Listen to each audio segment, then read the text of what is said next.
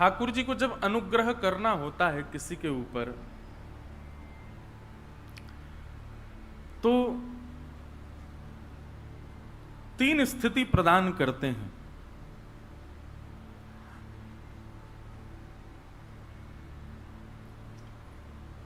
नाम, लीला और धाम।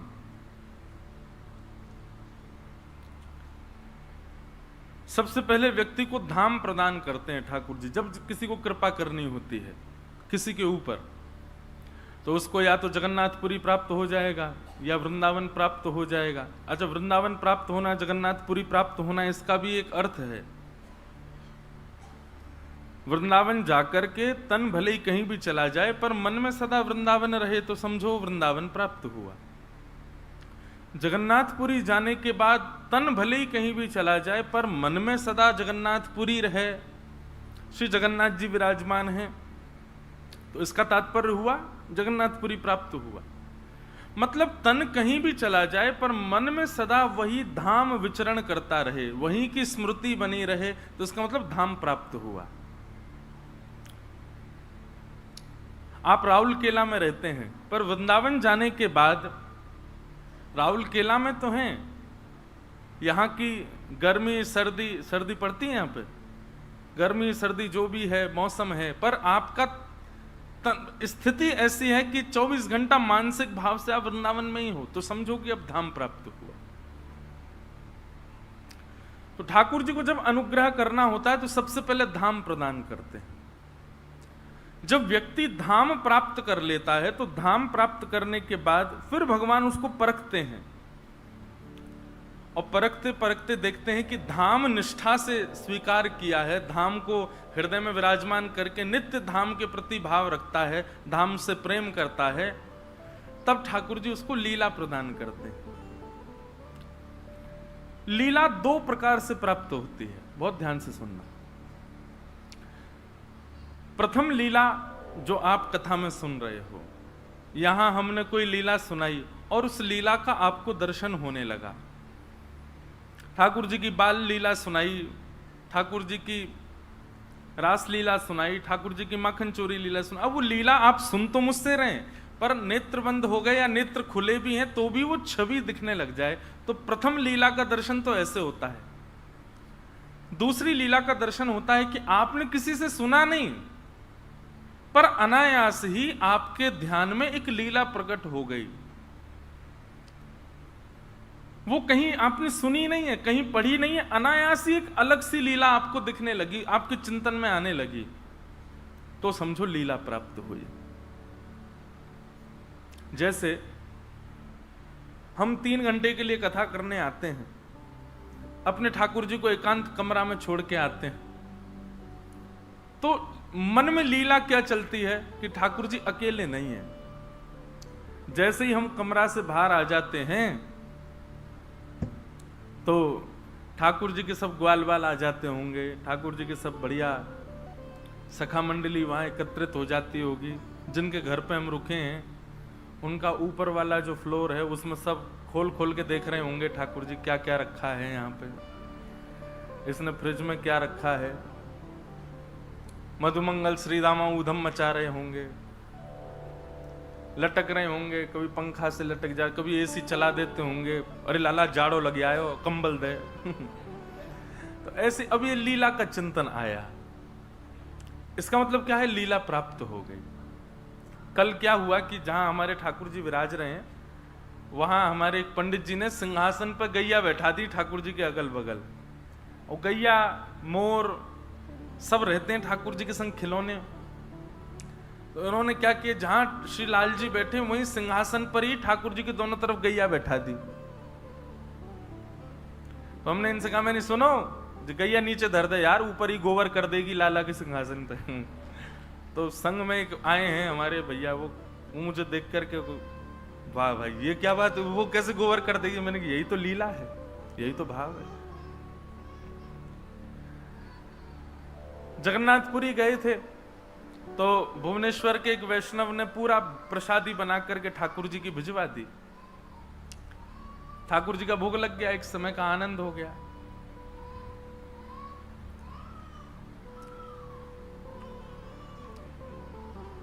कहाँ रुदन कर रहे हैं गोपाल जी? इनको ठाकुर जी रुला रहे हैं, बोले मेरो भेद खोल लो देख। जय हो, शांत हो गए। बैठ जाओ भैया, बैठ जाओ, घुमा लाओ, बाहर घुमा लाओ। जय हो। श्री जगन्नाथ महाप्रभु की।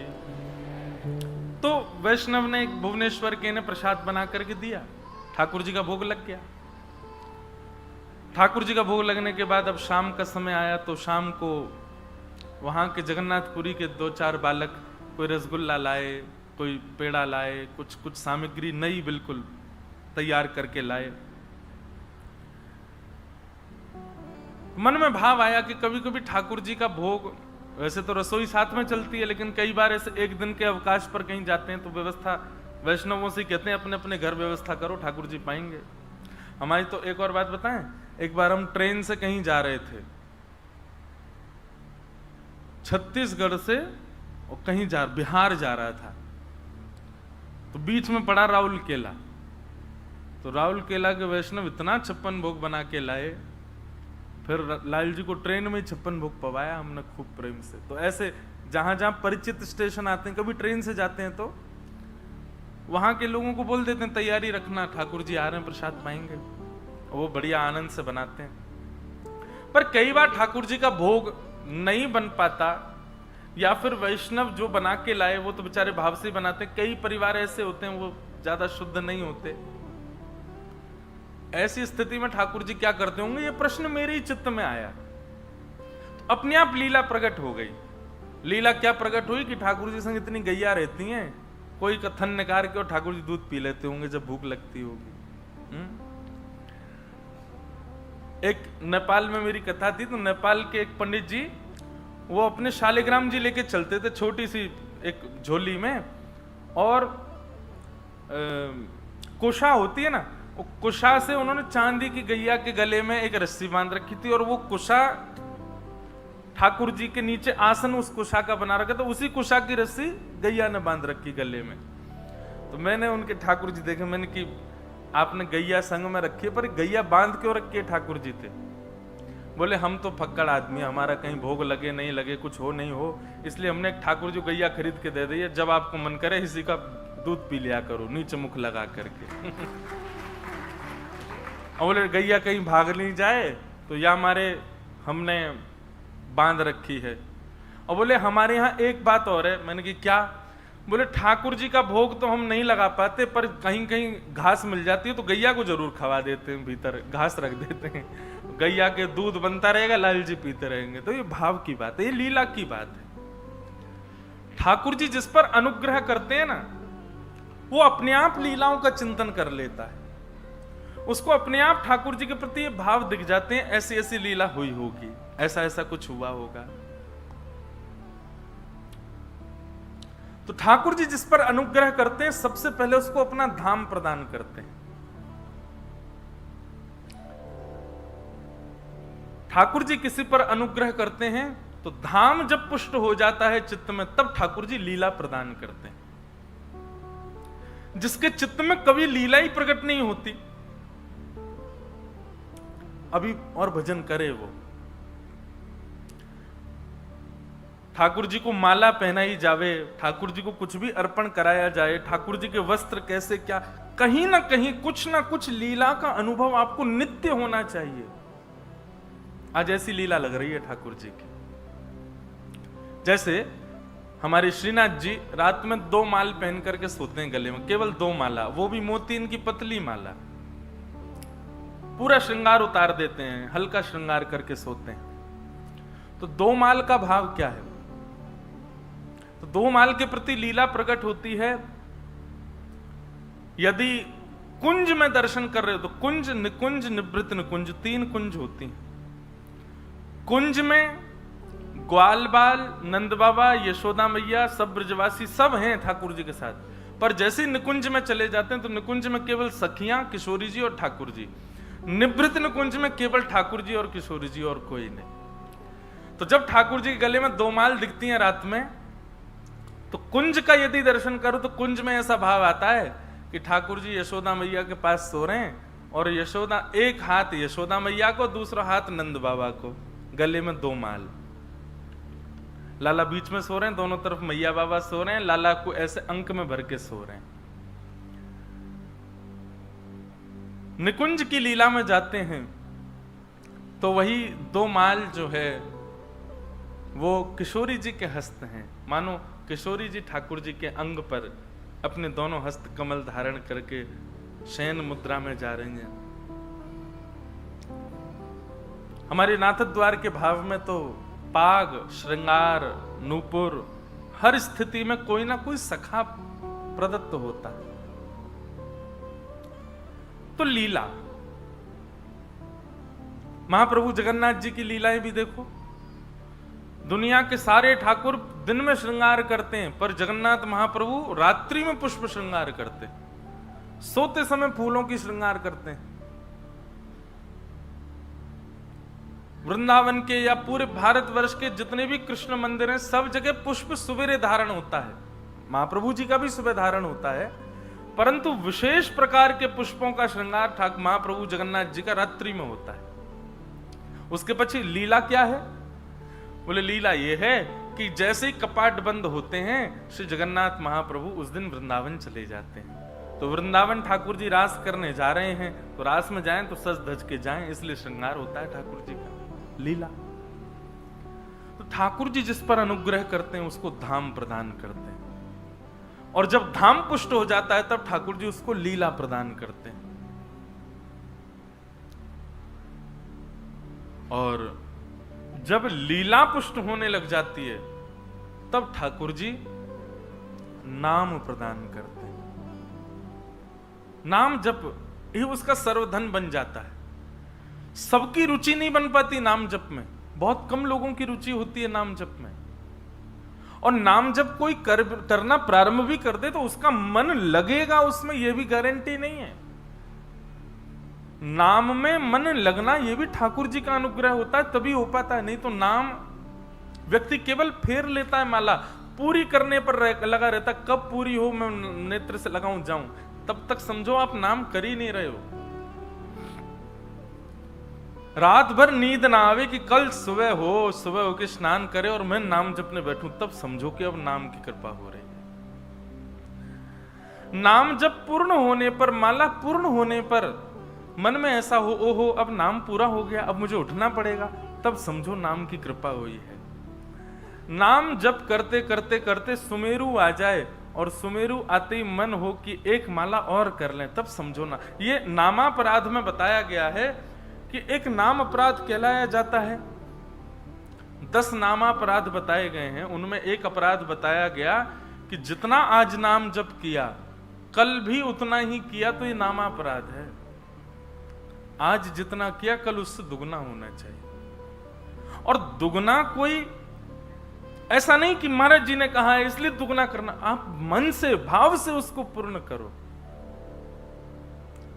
तो नाम, लीला और धाम, जब ये तीनों पुष्ट होते हैं तब रूप प्राप्त होता है, तब ठाकुर जी का दर्शन प्राप्त होता है। हम लोग चाहते हैं ना धाम मिले, ना लीला मिले, ना रूप मिले, बस हमारी जरा सी भक्ति से ठाकुर जी का दर्शन मिल जाए। नाम, लीला और धाम, इन तीनों को जब आप अपने चित्त में पुष्ट करेंगे, इन तीनों को जब आप श्रेष्ठ बनाएंगे, और ये तीनों कड़ी से मिले हुए हैं, सबसे पहले धाम, उसके बाद लीला, उसके बाद नाम। कई कई जगह ऐसा होता है कि नाम पहले प्रारंभ कर दिया जाता है। नाम पहले प्रारंभ मत करो, पहले लीला सुन करके धाम में जाकर के विश्वास प्रकट करो ठाकुर जी के प्रति। लीला सुनकर के उनको पहचानो, तब नाम जप प्रारंभ करो।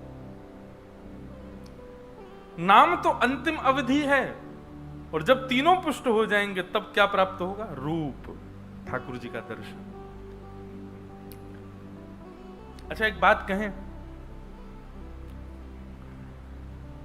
ठाकुर जी का दर्शन कैसा होना चाहिए? अनुभव दर्शन की अभिलाषा रखो, प्रत्यक्ष दर्शन की अभिलाषा मत रखो। बहुत ध्यान से सुनिएगा, आप रख भी सकते हैं स्वच्छंद, मैं अपनी बात कर रहा हूं।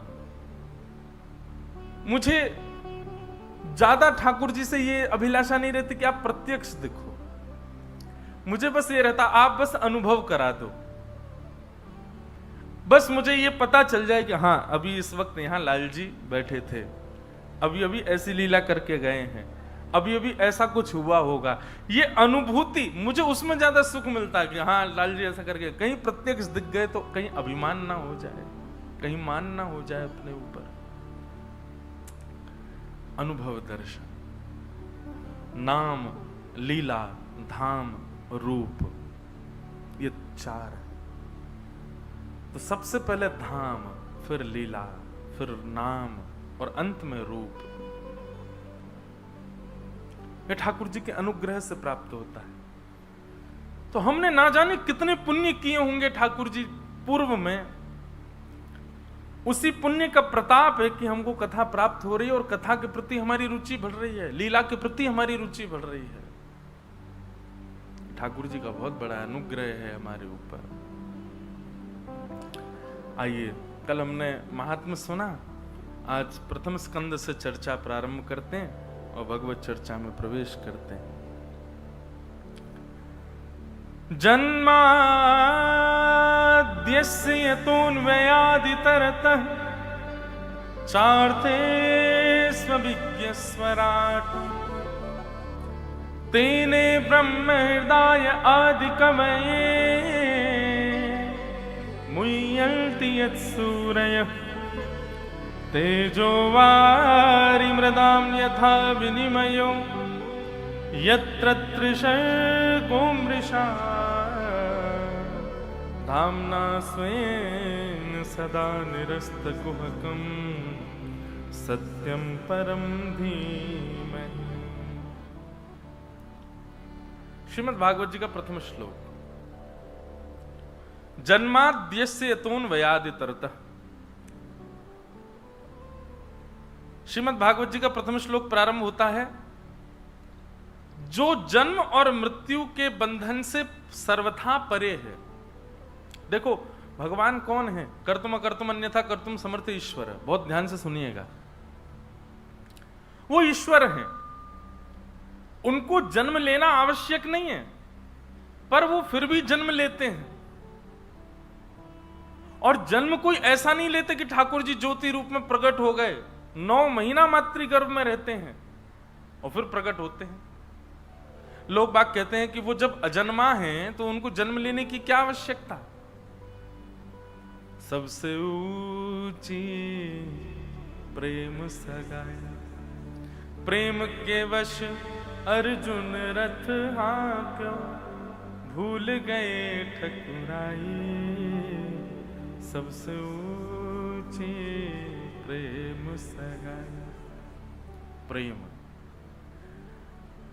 श्री जगन्नाथ जी को यदि बांधा जा सकता है ना, वैसे तो वो बंधेंगे नहीं कभी, लेकिन उनको बांधने का केवल एक तरीका है और वो है प्रेम।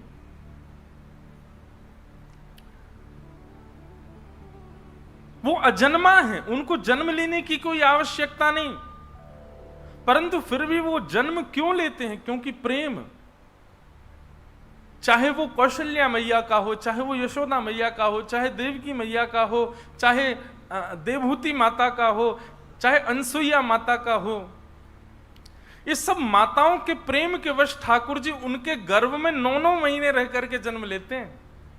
ऐसा नहीं कि केवल आ गए पुत्र बन करके ज्योति रूप में प्रकट हो गए, बस हो गया काम, मैया आ गए हम आपके पुत्र। नहीं, पूरी जो अनुभव एक मां को 9 महीने तक अपने गर्भ के बालक के प्रति होता है, वैसा अनुभव ठाकुर जी कराते हैं 9 महीने तक, उसके बाद जन्म लेते हैं। वो अजन्मा है, लेकिन फिर भी प्रेम के वश आकर के ठाकुर जी सब करते हैं।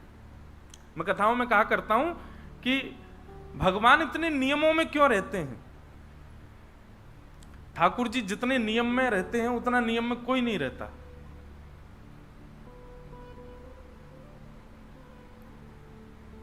मंदिर का अगर नियम है कि 11 बजे 9:30 10 बजे ठाकुर जी सो जाएंगे तो सो ही जाएंगे, चाहे दुनिया में प्रलय आवे।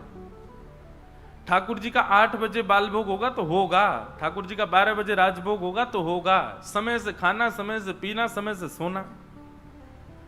और हमारे वृंदावन में तो विशेष ध्यान रखते हैं, जगन्नाथपुरी में नहीं रखते ध्यान। अभी जिस दिन मैं गया उस दिन जगन्नाथ भगवान सोए रात में 1:30 बजे, और कई कई बजे 2:30 भी बज जाता है ठाकुर जी को सोते सोते, और सुबह उठ जाते हैं 6:30 बजे। अभी मैं गया तो मैं उनसे बोला, पुजारी जी पंडित जी से, मैंने कि हमारे लाला को इतना काय को कष्ट कराए करो, मैंने कि रात में 2-2:30 बजे सुबह सवेरे 6:30 बजे उठाए दो।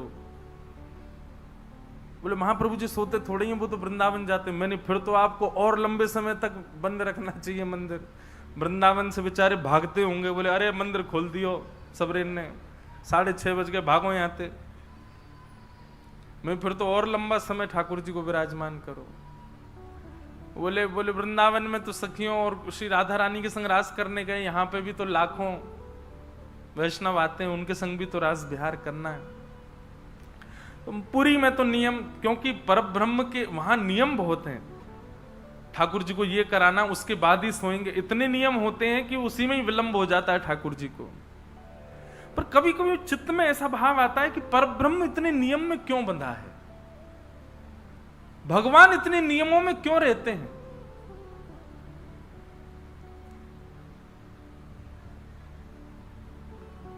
ठाकुर जी नियम में रह करके मुझे और आपको चैलेंज करते हैं कि तुम्हारे प्रेम में सामर्थ्य हो तो मेरा नियम तोड़वा के दिखाओ। ठाकुर जी नियम तोड़ने के लिए नियम में बैठते कि अगर तुम में सामर्थ्य है, तुम्हारी प्रेम लक्षणा भक्ति में इतनी शक्ति है, तोड़वा के दिखाओ हमारा नियम। हम इस नियम में हैं, हमको निकाल के दिखाओ यहां से। कितने भक्तों के लिए ठाकुर जी ने नियम तोड़ा। स्नान पूर्णिमा के दिन श्री जगन्नाथ जी गणपति रूप धारण करते हैं। गणपति भक्त था उसके लिए, क्योंकि उसका संकल्प था मैं गणेश जी के अलावा किसी को नहीं देखूंगा। उसके लिए श्री जगन्नाथ जी ने नियम तोड़ा और अन्य देव का रूप धारण कर लिया, गणपति रूप धारण कर लिया। सालबेग की भक्ति से प्रसन्न होकर के महाप्रभु जगन्नाथ जी का रथ जो लाखों लोग खींचते हैं रुक गया। जब तक सालबेग नहीं आएगा आगे नहीं बढ़ूंगा मैं।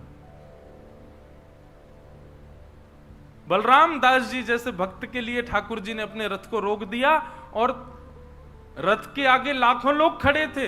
ठाकुर जी ने समुद्र किनारे दूसरी रथ यात्रा कर ली, नियम तोड़ दिया। माधव दास भक्त के लिए ठाकुर जी जगन्नाथपुरी छोड़ करके वृंदावन चल दिए। आपको पता है श्री जगन्नाथ जी का एक स्वरूप वृंदावन में भी विराजमान है, जो जगन्नाथपुरी से ही गया हुआ है। एक हरिदास नाम के भक्त हुए वृंदावन में। इस स्वामी श्री हरिदास जी नहीं जिन्होंने बिहारी जी को प्रकट किया, एक अन्य हरिदास नाम के भक्त हुए। उनको महाप्रभु श्री जगन्नाथ जी ने स्वप्न में आकर के आज्ञा की कि हरिदास जी, मोए वृंदावन की बड़ी याद आ रही है। हरिदास जी बोले तो आपको याद आ रही है तो आपके लिए क्या किया जाए बताओ। बोले अभी मेरा नवकलेवर होने वाला है जगन्नाथपुरी में। वैसे तो नियम है कि पूर्व का जो हमारा दारू स्वरूप है उसको भूमिगत कर दिया जाता है, नवीन स्वरूप विराजमान किया जाता है नवकलेवर में। आप एक काम कीजिए, जो नवकलेवर होगा तो पूर्व का जो स्वरूप है हमारा उसको आप लेकर के वृंदावन चले जाओ। हरिदास जी बोले जगन्नाथपुरी के लोग छोड़ देंगे मुझे? कहीं ऐसा नहीं हो कि महाराज चढ़मरे मुझ। बोले वो उसकी जिम्मेवारी हमारी है, तुम बस हमको ले आओ। स्वप्न में ठाकुर जी ने आज्ञा कर दी। हरिदास जी महाराज महीनों लगा करके तो पहुंचे जगन्नाथपुरी। नवकलेवर के समय के आसपास ही पहुंच पाए, साधन इतने थे नहीं। और जाकर के सीधे मंदिर में पुजारियों से उन्होंने कह दिया कि ठाकुर जी की आज्ञा है, नवकलेवर होने वाला है, तो नवकलेवर के समय ये जो पूर्व का स्वरूप होगा ये आप हमको दे देना, हम इसको वृंदावन ले जाएंगे। पुजारी हंसने लगे, बोला हाँ तुमको दे देंगे हम, इतने वर्षों से चली आई हमारी नियम सेवा, इसको छोड़ दें हम, तुमको दे देंगे। और तुमको ठाकुर जी ने स्वप्न दिया, हमको क्या प्रमाण है? तुम्हारे जैसे बहुत आते हैं ऐसे कहने वाले, चलो जाओ यहां से। हरिदास जी महाराज खूब कहते रहे लेकिन किसी ने उनकी बात नहीं मानी। दूर खड़े खड़े जगन्नाथ जी को देखने लगे, बोले मुझे कोई गरज नहीं थी आपको ले जाने की, आपकी आज्ञा थी, इसीलिए मैं आया था। नहीं जाना तो बैठे रहो यहीं पर, मुझको क्या। लेकिन मंदिर से बाहर निकल करके मन में सोचने लगे कि एक आज्ञा हुई ठाकुर जी के जीवन में, वह भी मैं पूर्ण नहीं कर पाया, तो काय बात का भक्त। यहां तो मेरी बात कोई मानने वाला है नहीं। हरिदास जी महाराज समुद्र के किनारे चले गए, वहीं अनशन व्रत पर बैठ गए। बोले या तो जगन्नाथ जी को संग लेकर के वृंदावन जाऊंगा, नहीं तो इसी समुद्र में प्राण त्याग दूंगा अपने। 3-4 दिन बीत गए। बंधुओं, एक बात हमारी एक मानेंगे, आप लोग जगन्नाथपुरी जाते हैं ना, सबसे पहले समुद्र नारायण भगवान को प्रणाम किया करो जाते समय। क्यों? मैंने इतने भक्तों का चरित्र सुना, इतने भक्तों के मैंने चरित्र गाए हैं कथाओं में, मैंने अधिकतर देखा जो भक्त जगन्नाथ जी, जिस पर जगन्नाथ जी ने कृपा नहीं की ना, वो भक्त समुद्र किनारे जाके बैठा, और जैसे ही वो समुद्र किनारे जाके बैठा, जगन्नाथ जी ने उस पर कृपा कर दी। इसका मतलब क्या है? ये महोदधि सामान्य नहीं है, ठाकुर जी के ससुर जी हैं ना। जब समुद्र किनारे जाके हम बैठते हैं तो ससुर जी, वैसे ही दामाद जो होता है वो ससुर जी की आज्ञा, पिता की नहीं मानेगा, ससुर की मान लेगा। पिताजी एक बार कहें ए बेटा ऐसा करो, हाँ पिताजी सोचते, ससुर जी कहें बेटा ऐसा करो, जी जो आज्ञा। उसके पीछे कारण दूसरा भी है ना, नहीं मानूंगा तो बगल में बैठिए जे मुझे छोड़ेगी। मेरे पिताजी कह रहे हैं मानते नहीं।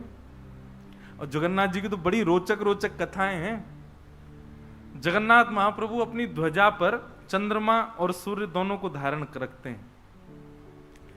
सूर्य को धारण करते हैं, ये बात तो समझ आती भाई, ध्वजा है, ध्वजा मतलब प्रकाश का द्योतक होता है, और उस पर सूर्य विराजमान रहे। चंद्रमा, और वो भी अर्ध चंद्रमा रहता है। क्यों? लक्ष्मी जी लड़ती रहती हैं भगवान से किसी ना किसी बात पे, तो जब भी लक्ष्मी जी लड़ती हुई आती हैं तो भगवान ऐसे बैठते हैं। तो लक्ष्मी जी ऊपर देखती हैं, जैसे ऊपर देखती हैं तो सूर्य से प्रकट लक्ष्मी, सूर्य से प्रकट चंद्रमा, यानी लक्ष्मी के भैया। और जब अपने भैया को ध्वजा पर देखती हैं तब लक्ष्मी जी का क्रोध शांत होता है। अच्छा अच्छा, नहीं कोई बात नहीं, भैया बैठा रखे हमारे ऊपर, तब लक्ष्मी जी का क्रोध शांत हो जाता है। नहीं तो भगवान कभी कभी इशारा, ऐसे इशारा करते हैं तो लक्ष्मी सोचती है कहीं ये ना सोच रहे हो कि इसको निकालो ध्वजा से, तो लक्ष्मी शांत हो जाती है अपने आप। अरे नहीं कोई बात नहीं, आप जो करो सब अच्छा।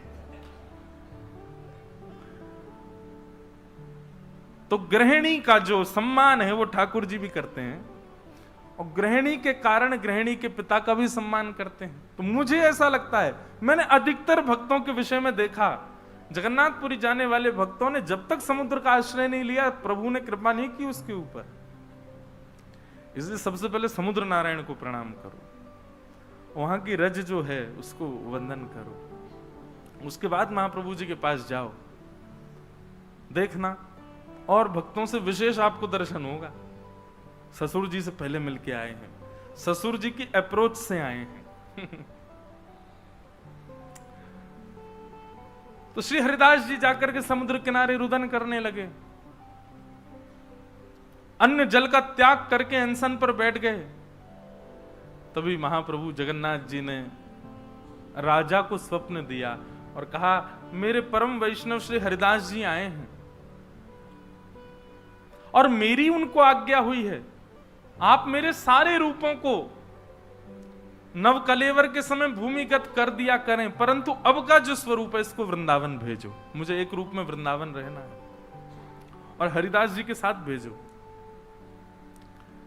तब राजा ने भगवान की आज्ञा मान करके हरिदास जी को बुलाया, और पहली बार जगन्नाथपुरी में ऐसा हुआ कि नव कलेवर के बाद श्री जगन्नाथ महाप्रभु का जो स्वरूप था वो वृंदावन गया, और आज तक जगन्नाथ घाट पर श्री जगन्नाथ जी विराजमान है। बोलो जगन्नाथ महाप्रभु की जय। ऐसे श्री जगन्नाथ जी। तो प्रेम प्रधान है। वे जन्म और अजन्म से सर्वथा परे हैं, परंतु उनकी इच्छा हो जाए तो वो कुछ भी कर सकते हैं। इसलिए कभी ये विचार नहीं करना चाहिए भगवान को तो इसकी जरूरत ही नहीं थी, भगवान तो ये करना ही नहीं चाहिए था, भगवान को इसकी जरूरत ही नहीं है, भगवान तो इस सत्ता में होने ही नहीं चाहिए। वो सर्वथा स्वतंत्र हैं, वो कुछ भी कर सकते हैं। कर्तुम अकर्तुम अन्यथा कर्तुम समर्थ ईश्वर, इसीलिए उनका नाम ईश्वर है। भले ही शास्त्रों में वेदों में निषेध बताया गया हो कि ये निषेध है, ठाकुर जी को ये निषेध है, ऐसे नहीं जाना चाहिए, ऐसे नहीं भोजन बनाना चाहिए, ऐसे नहीं सेवा करनी चाहिए, पर उनकी इच्छा हो जाए तो वो सब करवा भी सकते हैं, नियम से परे जा करके। कई घरों में, कई संप्रदायों में ऐसा नियम है, ठाकुर जी का भोग ऐसे बनना चाहिए, इतने अपरस में बनना चाहिए, नदी के जल से ही बनना चाहिए, मिट्टी के बर्तन में ही बनना चाहिए, केले के पत्ते में ही पधराना चाहिए, इतने नियमों में इतने बजे ही होना चाहिए। पर ठाकुर जी उसमें बंधे नहीं है, वो स्वतंत्र आ जाएं तो वो कुछ भी कर सकते हैं। वो कर्माबाई के बिना नवे दिवे खिचड़ी को भी खाने चले जाते हैं, और उस खिचड़ी को खाने जाते हैं जो कर्माबाई बिना नहाए धोए बनाती, और चम्मच कलची से नहीं, कभी कभी दांतुन करती करती दांतुन के पिछले भाग से चला देती, उसको खाने ठाकुर जी पहुंच जाते। तो वे कौन हैं? वो सर्व स्वतंत्र हैं। हम कहते भले ही हैं ये नियमों में ठाकुर जी हैं, पर ये सब कहने की बात है। यदि वो अपने पर आ जाएं तो उनके लिए कोई नियम नहीं है, वो सर्व स्वतंत्र हैं, वो कुछ भी कर सकते हैं। ठाकुर जी का स्वभाव है ऐसा।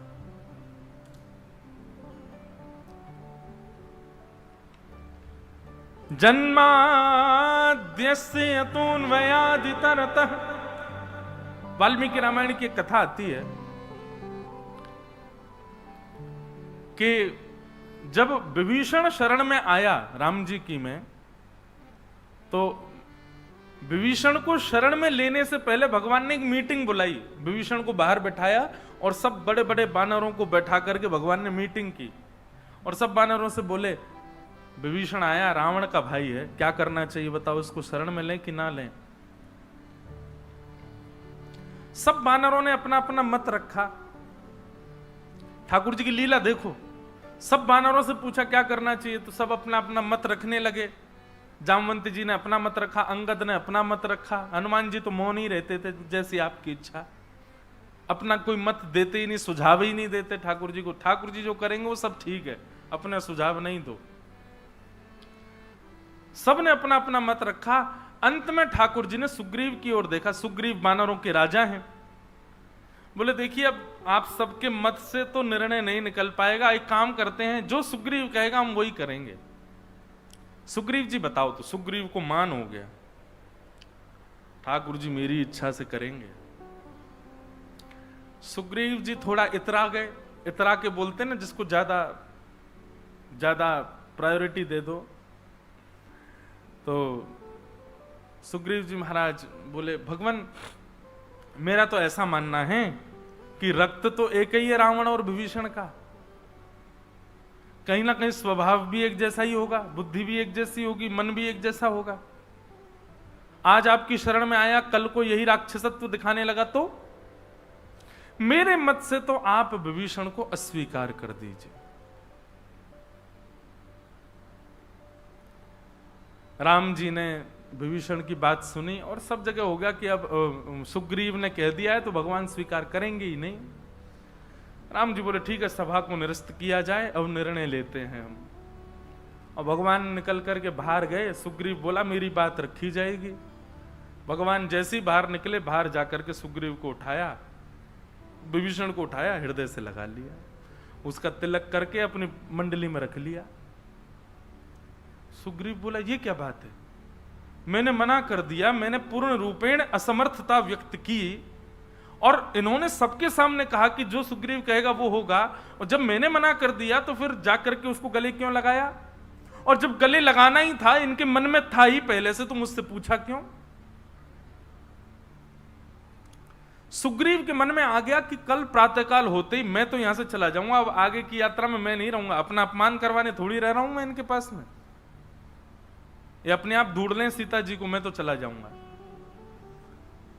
तब भगवान प्रसाद पा रहे थे, भगवान ने प्रसाद पाते पाते अपना, सुनो सुग्रीव को बुलाना चाह रहा। सुग्रीव आए, सुग्रीव आकर के बैठे, जी भगवान आज्ञा करें। बोले लक्ष्मण जी के मुख की ओर देखो। सुग्रीव जी ने देखा, बोले ये पलक जितनी देर में झपकते हैं ना, लक्ष्मण जी जितनी देर में अपनी पलक झपकते हैं, इतनी देर में सैकड़ों रावणों को मारने की सामर्थ्य है हमारे अंदर। हमको जरूरत नहीं तुम्हारी रावण को मारने के लिए। हम ना चाहे ना तो रावण जन्म ही नहीं ले सकता। पर ये पूरी लीला केवल और केवल अपने भक्तों की प्रसन्नता के लिए कर रहे हैं। इसलिए सुग्रीव ज्यादा अपने ऊपर मान मत करो कि तुम्हारी बात नहीं मानी या तुमसे क्यों पूछा गया। तुम्हारे मान को नष्ट करने के लिए तुमसे पूछा था हमने। तुमको मान हो गया था कि तुम्हारी बात मानते हैं। तो भगवान सर्व स्वतंत्र हैं, आप उनसे कुछ एक्सपेक्ट नहीं कर सकते। वेदों में, शास्त्रों में, पुराणों में नियम कितने भी बता रखे हो कि भगवान ऐसे करेंगे, भगवान की सेवा ऐसे, भगवान की पूजा ऐसे, भगवान का भोग ऐसे, पर इसमें भी यदि प्रेम आ जाता है चित्त में तो फिर वेदों की लिखी बातें भी ठाकुर जी भूल जाते हैं। प्रेमी भक्त कैसे भी दे उसको स्वीकार करते हैं ठाकुर जी। इसलिए वो परमात्मा है। कर्तुम कर्तुम अन्यथा कर्तुम समर्थ ईश्वर।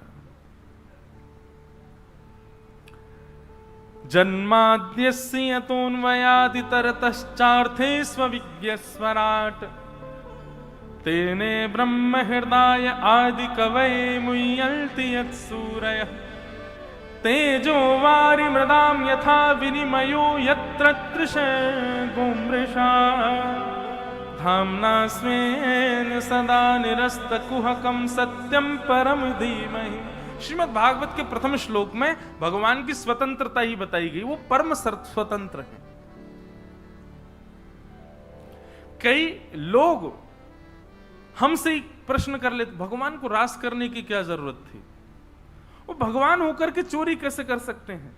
वो भगवान होकर के किसी सबरी का झूठा कैसे खा सकते हैं? भाई एक बात मेरी सुनो, बहुत ध्यान से सब लोग इधर देखो। अपनी सत्ता को केंद्र बिंदु बनाना और अपनी सत्ता की प्रधानता में ही अपना जीवन जीना, ये मानव का स्वभाव होता है, ठाकुर जी का नहीं। मैं एमएलए बन गया, अब मैं ऐसे नहीं कर सकता, अब मैं ये नहीं खा सकता, अब मैं वहां नहीं जा सकता, ये मानवीय स्वभाव है, ठाकुर जी का नहीं है ऐसा स्वभाव। और यदि ऐसा स्वभाव ठाकुर जी का है तो वो ठाकुर जी का है बात के। ठाकुर जी परम स्वतंत्र है।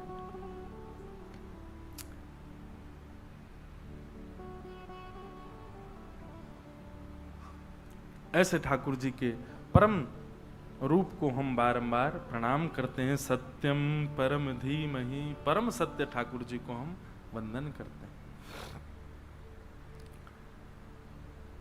धर्म प्रोजित कैतवोत्र परमो निर्मत्सराणां सतां वैद्यं वास्तवमत्र वस्तु शिवदं तापत्रयोन्मूलनम् श्रीमद्भागवते महामुनि कृते किं वा परैरीश्वर सद्यो हृद्यवरुध्यते प्रकृतिभिः शुश्रूषुभिस्तत्क्षणात्। भागवत जी का द्वितीय श्लोक है और द्वितीय श्लोक में धर्म, विषय, अधिकारी, संबंध और प्रयोजन, चार बातें बताई जाती हैं। भागवत का विषय क्या है? तो कहते हैं धर्म प्रोजित कैतवोत्र परमो। चित्त में, सुनने वाले के चित्त में परम धर्म का प्रादुर्भाव होना, यह भागवत का विषय है। धर्म का प्रादुर्भाव नहीं, परम धर्म का प्रादुर्भाव। एक बात सुनिए, धर्म और परम धर्म की अनेक व्याख्याएं मैंने कथाओं में बताई हैं, परंतु एक नवीन व्याख्या कहूं, धर्म और परम धर्म में अंतर क्या है? धर्म का मतलब है दूसरे का परोपकार करना, असहाय व्यक्ति की सेवा करना, यह धर्म है। बहुत ध्यान से सुनिएगा, असहाय व्यक्ति की सहायता करना यह धर्म है। निर्धन व्यक्ति को विवाह के लिए या उसकी पढ़ाई के लिए उसकी सहायता करना, यह सब धर्म कहलाता है। दूसरे की सहायता करना यह धर्म है, पर दूसरों को दूसरों की सहायता के लिए प्रेरित करना यह परम धर्म है। मैं किसी की सहायता करूं ये धर्म है, परंतु मैं आप सबसे भी कहूं कि आप सब भी सहायता करो, ये परम धर्म है। समझ में आई बात? मैं माला जपूं ये धर्म है, पर मैं आपको भी प्रेरित करूं कि आप भी जपो, ये परम धर्म है। मैं जगन्नाथ जी का दर्शन करूं ये धर्म है, पर मैं आपको भी प्रेरित करूं ये परम धर्म है। मैं भगवत मार्ग का अनुगामी बन जाऊं ये धर्म है, परंतु मैं आपको भी लेकर के चलूं ये परम धर्म है। समझ में आई बात? अपने उद्धार का विषय जब रहता है तो वो धर्म कहलाता है, परंतु जब अपने साथ साथ अन्यों के भी उद्धार का भाव चित्त में प्रकट होता है तो वो परम धर्म कहलाता है। श्रीमद् भागवत का विषय क्या है? सुनने वाले श्रोताओं के चित्त में धर्म नहीं परम धर्म प्रकट होना चाहिए। आप यदि कथा सुनकर के केवल अपने ऊपर लागू कर लेते हैं तो आप धर्म कर रहे हैं, परंतु आप लागू करके अपने घर के सदस्य, अपने मित्र, अपने परिवारी जन, अपने जो भी आपके संपर्क में आए आप उसको भी प्रेरणा देते हैं, ये परम धर्म कहलाता है। भक्तिमती मीराबाई, भक्त श्री सूरदास जी महाराज, ये सब कौन है? ये सब धर्म नहीं परम धर्म करते थे। सूरदास जी ने 1.25 लाख पद लिखे। कितने? 1.25 लाख। किसके लिए? मेरे और आपके उद्धार के लिए। इसलिए उन्होंने परम धर्म किया है। आज के जो भक्त हैं उनमें और आज से 100 वर्ष पहले के भक्तों में अंतर क्या था? अब जो हम लोग हो गए ना, हम धार्मिक हो गए, बस हम धर्म तक ही सीमित रहते हैं। हमको इसकी बात की इच्छा नहीं कि किसी अन्य का भी कल्याण हो, उद्धार हो, और अगर उसका उद्धार हमसे पहले हो रहा हो तो हम कोशिश ये और करेंगे कि इसको खींचें पीछे।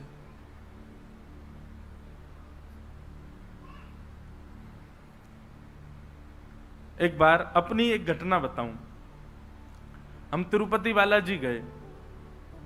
अब तिरुपति में दर्शन में इतनी भीड़ लगती है, इतनी ज्यादा रश होता है, तो हम लगे मैंने कि यार कैसे भी बढ़िया वीवीआईपी दर्शन हो।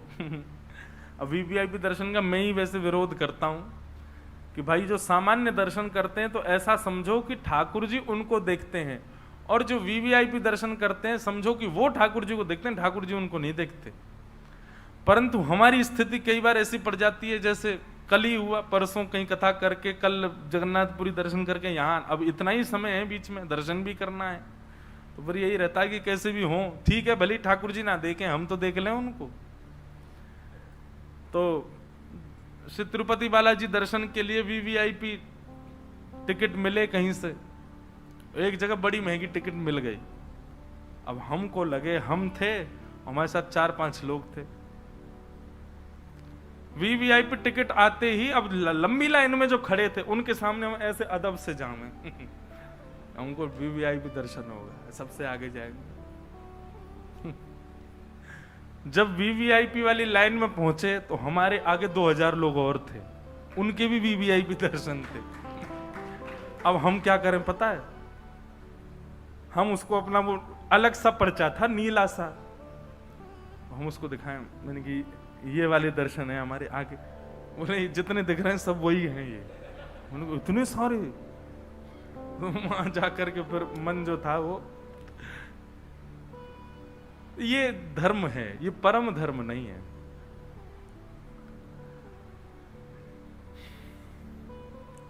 परम धर्म का स्वरूप अलग होता है। परम धर्म का जब भाव आता है तो स्वयं को गौड़ रखा जाता है, अन्यों के उद्धार की भाव रखा जाता है। मीराबाई के चरित्र में भी ऐसा आता है प्रसंग। श्री गिरधर लाल जी से प्रार्थना करती हैं कि हे गिरधर लाल, जब एक प्रसंग आता है, थोड़ा सा सुनाऊं, कि जब मीराबाई को विष दिया गया तो मीराबाई से कहा कि चरणामृत है। मीराबाई तो पी गई उसको, उनको कुछ नहीं हुआ। उनके देवर ने जिस वैद्य से वो विष बनवाया था उस वैद्य को बुलाया, बोले तेने विष बनाया था? बोले हाँ, बहुत बढ़िया विष था वो तो, उसको सूंघने मात्र से मृत्यु हो जाए। बोले मीराबाई तो नाच रही है, उसको तो कुछ नहीं हुआ। बोले हो ही नहीं सकता ऐसा, वो तो बड़ा खतरनाक कालकूट विष है। तो मीराबाई का जो पात्र था उसमें 2 बूंद बचा था, वो 2 बूंद लेकर के देवर ने कहा तू अब चाट के दिखा, अगर तू बच गया तो हम मानेंगे कि विष बेकार है, तो मेरी तलवार तुझे मारेगी, और तू मर गया तो मान जाएंगे कि सत्य ही था।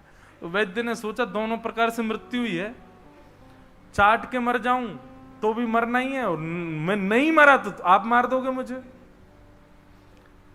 उसने मन में विचार किया, बोले कोई बात नहीं, है तो विषी, लेकिन भक्तिमती मीराबाई का अधरामृत है, भगवत धाम तो मिल ही जाएगा। पी लिया और उसकी मृत्यु हो गई। और जब उसकी मृत्यु हुई, परिवार वालों को उसका शव भेज दिया। परिवार वाले रोते रोते मीराबाई के पास गए, बोले क्या दोष था हमारे पति का, आपको मरवाने के लिए आपके देवर ने विष बनवाया था, आप तो जीवित खड़ी हो, हमारे पतिदेव मर गए, हमारे बच्चे अनाथ हो गए। तब मीराबाई श्री गिरधर लाल जी के सामने कहती हैं, नाथ आप जीवन भर मुझे मत मिलना, आप जीवन में कभी मुझे दर्शन मत देना, मेरी भक्ति से कभी प्रसन्न मत होना, मुझे कभी अनुभव मत कराना अपना, मैं जीवन पर्यंत ऐसी रहने को तैयार हूं, मुझे अभिलाषा नहीं आपके दर्शन की, पर मैंने अब तक जितना भी आपसे निष्काम प्रेम किया है, उन सब प्रेम का फल इस वैद्य को आप जीवित कर दो। और मीराबाई का ऐसा कहना हुआ कि वो वैद्य जीवित होकर के बैठ गया। फिर वहां एक पद भी गाया, मुझे पद याद नहीं आ रहा, बहुत अच्छा पद है। मीराबाई ने पद गाया ठाकुर जी के आगे, अपनी सत्ता प्रमाणित करो ठाकुर जी इसके लिए। तो ये धर्म नहीं है, ये परम धर्म है। श्रीमद् भागवत जी आपको ऐसा ही बनाएंगी, आपके चित्त में परम धर्म की इच्छा प्रकट हो जाएगी। आप आज भजन करते हैं कि आपको, आपके पति को, आपके बच्चों को सब कुछ ठीक ठीक मिले, लेकिन परम धर्म जब चित्त में प्रकट होगा ना, तो एक माला तो आप अपने प्रेम की करोगे, दूसरी माला आप जगत कल्याण के लिए करोगे कि हे नाथ पूरे विश्व को आप कल्याण करो, सबको आप वैष्णव बना दो, सब आपके प्रेम के अधिकारी हो जाएं, ऐसी कृपा कर दो। हमारे राउल किला में खूब कथा हो, खूब वैष्णवों का आगमन हो, खूब ब्रजवासियों का आगमन हो, ये सब भावनाएं चित्त में प्रकट हो जाना, ये परम धर्म है। और भागवत जी ऐसा ही निर्माण करती हैं। और क्षमा करें, यदि कथा सुनने के बाद भी आपके चित्त में परम धर्म नहीं प्रकट हुआ, तो आपने निश्चित ही कथा सुनने में कोई कमी छोड़ी है, तभी परम धर्म नहीं आया। तो भागवत का विषय क्या है? परम धर्म प्रकट होना। श्रीमद् भागवत का अधिकारी, दूसरी बात, भागवत का अधिकार किसको है? किसको इस सभा में बैठने का अधिकार है और किसको व्यासपीठ पर बैठने का अधिकार है? दोनों के लिए कहा गया निर्मत्सराणाम सताम, जिसका चित्त मात्सर्य दोष से रहित है, जिसके चित्त में मत्सरता नहीं है। मत्सरता मतलब ईर्ष्या, जलन, दूसरे की उपलब्धियों से दुख होना, ये सब मात्सर्य दोष कहलाते हैं। और क्षमा करें, कथा कहने वाले और कथा सुनने वाले के अंदर यदि मात्सर्य दोष है तो सभागृह में तो वो आ जाएगा, व्यासपीठ पर तो वो बैठ जाएगा, लेकिन उसकी कथा का प्रभाव नहीं पड़ेगा। और कथा सुनने वाले, उनके ऊपर कथा का प्रभाव नहीं पड़ेगा। यदि कथा का 7 दिन में प्रभाव नहीं पड़े तो आप निश्चित मान लीजिए कि आप मात्सर्य दोष से युक्त हो, आपके अंदर मत्सरता है, इसीलिए आप भगवत सेवा, भगवत भाव से वंचित हो। मत्सरता नहीं होनी चाहिए। बंधुओं, कथा सुनने वाले श्रोता और वक्ता के अंदर तो ऐसी भावना कि किसी की उपलब्धि और किसी की श्रेष्ठता देख करके और प्रसन्नता हो और आनंद आवे। कोई उपलब्धि को प्राप्त कर गया पर हम नहीं कर पाए, हमारा कोई नहीं कर पाया, तो उससे निराशा नहीं, प्रसन्नता है। ये होना बहुत मुश्किल है, पर ये हो जाए तो समझो भगवत कृपा है। बंधु, पता क्या, भागवत में तरीके बताए जाते हैं भगवत प्राप्ति के, और फिर सिम्टम्स बताए जाते हैं कि ऐसे ऐसे ऐसी ऐसी आपकी निर्माण होने लग जाए, ऐसे ऐसे आपके स्वभाव हो जाएं, तो समझो भगवत कृपा हो रही है। सबको देख करके, सबकी उपलब्धियां देख करके आपको प्रसन्नता हो, तो निश्चित है इस बात को आप मान सकते हैं कि ठाकुर जी आपसे प्रसन्न हैं। पर केवल अपनों को देख करके प्रसन्न हैं, दूसरों को देख करके ज्वलन भाव में, तो समझो ठाकुर जी कोसों दूर हैं, अभी दूर हैं, अभी बहुत लंबा समय लगेगा मिलने में। ठाकुर जी का स्वरूप स्वभाव ऐसा है। भगवान का निर्मत्सराणाम सताम, ये मात्सर्य दोष से रहित, वो भागवत का अधिकारी। वैद्यम वास्तवमत्र वस्तु शिवदम्, श्रीमद् भागवत की कथा ठाकुर जी से संबंध कराती है। और कैसा संबंध कराती है? शिवदम, शिवदम यानी कि कल्याणकारी, कल्याणकारी संबंध ठाकुर जी के साथ। कथा सुनने के बाद कुछ हो ना हो, पर एक क्रम जरूर होगा। ठाकुर जी प्रिय लगेंगे, पूर्व से अधिक प्रिय लगेंगे, पहले से अधिक प्रिय लगने लग जाएंगे, और किसी ना किसी संबंध के रूप में आपको ठाकुर जी दिखने लग जाएंगे। अभी तक आप ठाकुर जी को केवल ठाकुर जी मानते हैं, भगवान मानते हैं, जो भी कुछ मानते हैं, पर कथा सुनते सुनते स्थिति ऐसी हो जाएगी, अब आपको कोई ना कोई संबंध दिखने लगेगा ठाकुर जी के अंदर। ये तो मेरे प्रियतम हैं,